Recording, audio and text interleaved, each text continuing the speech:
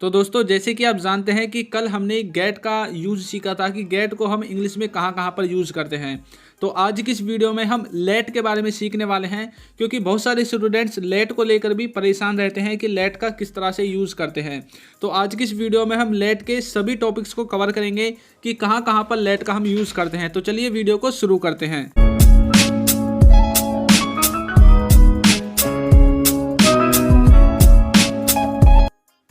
तो दोस्तों लेट के बारे में ज़्यादा पढ़ने से पहले हम इसकी फॉर्म्स के बारे में जान लेते हैं कि आखिर इसकी फर्स्ट फॉर्म, सेकंड फॉर्म और थर्ड फॉर्म हमारी क्या होती हैं।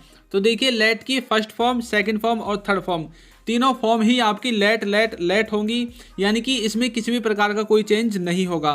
तो चलिए अब बात करते हैं कि लेट का प्रयोग हम किस तरह के सेंटेंसेज में करते हैं।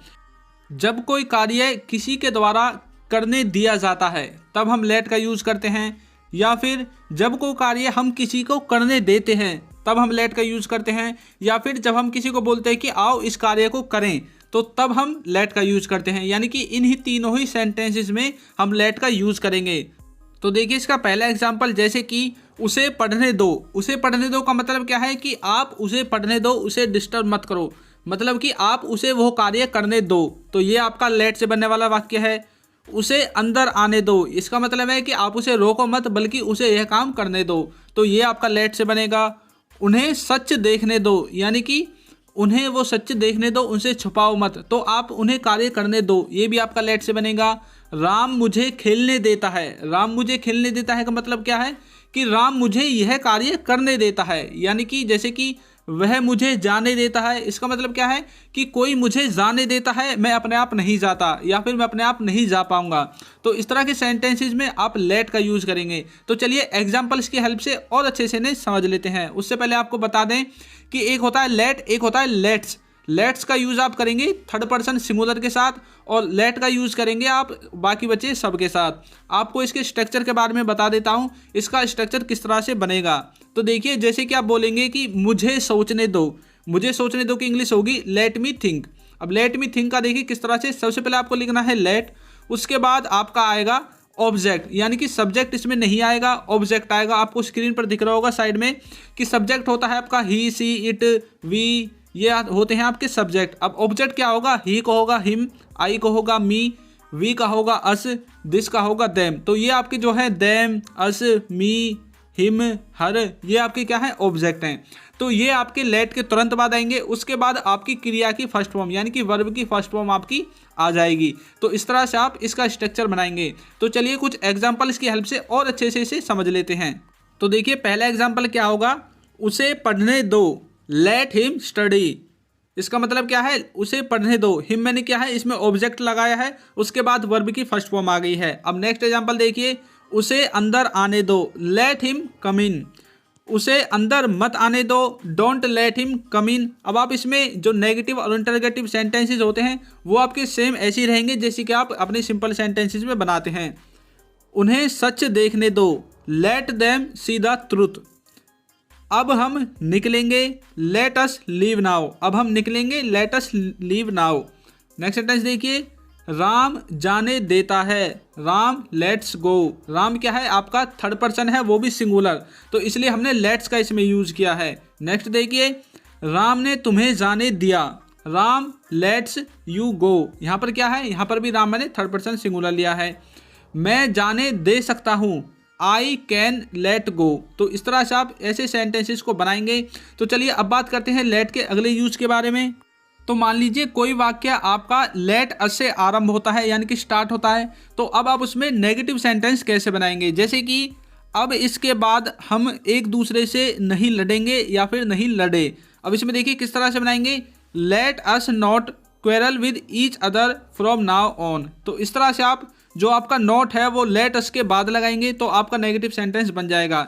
एक और नेगेटिव सेंटेंस देखिए, राम की यह सलाह हम कभी नहीं भूले।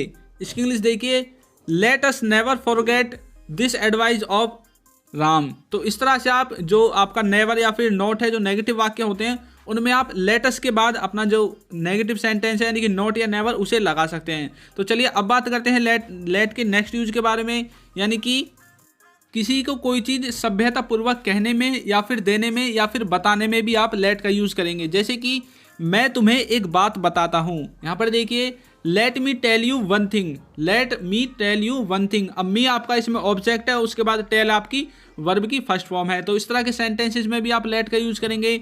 मैं तुमसे एक सवाल पूछता हूँ, let me ask you one question. अब मैं मुख्य मुद्दे पर आता हूँ, यानी कि मुख्य सवाल पर आता हूँ। Let me come to the main point. मैं तुम्हें मेरी नई वस्त्र या फिर नई गाड़ी दिखाता हूँ। Let me show you my new car या फिर न्यू ड्रेस। मैं तुम्हें उठाकर बिठाता हूँ। Let me sit you up या फिर डाउन। मैं तुम्हें एक और उदाहरण देता हूँ। Let me give you one more example. तो इस तरह से फ्रेंड्स एक सेंटेंस और है जिसे आप ज़्यादातर अपनी डेली लाइफ में सुनते हैं, जैसे कि let me no. Late me no का मतलब होता है मुझे बताना या फिर मुझे बताओ। जैसे कि let me know if there is any change, कुछ परिवर्तन हो तो मुझे बताओ। Let me know how that happened, वह कैसे घटित हुआ मुझे बताओ। तो इस तरह से आप लेट मी नो का यूज कर सकते हैं।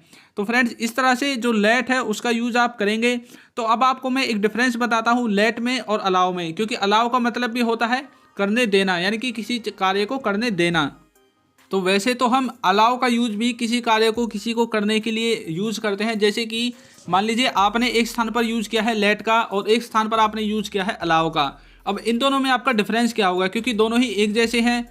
तो यहाँ पर जो आपका अलाउ है ये आपका सीरियसनेस को दिखाता है, यानी कि आप उस कार्य को करने के लिए सीरियस हो।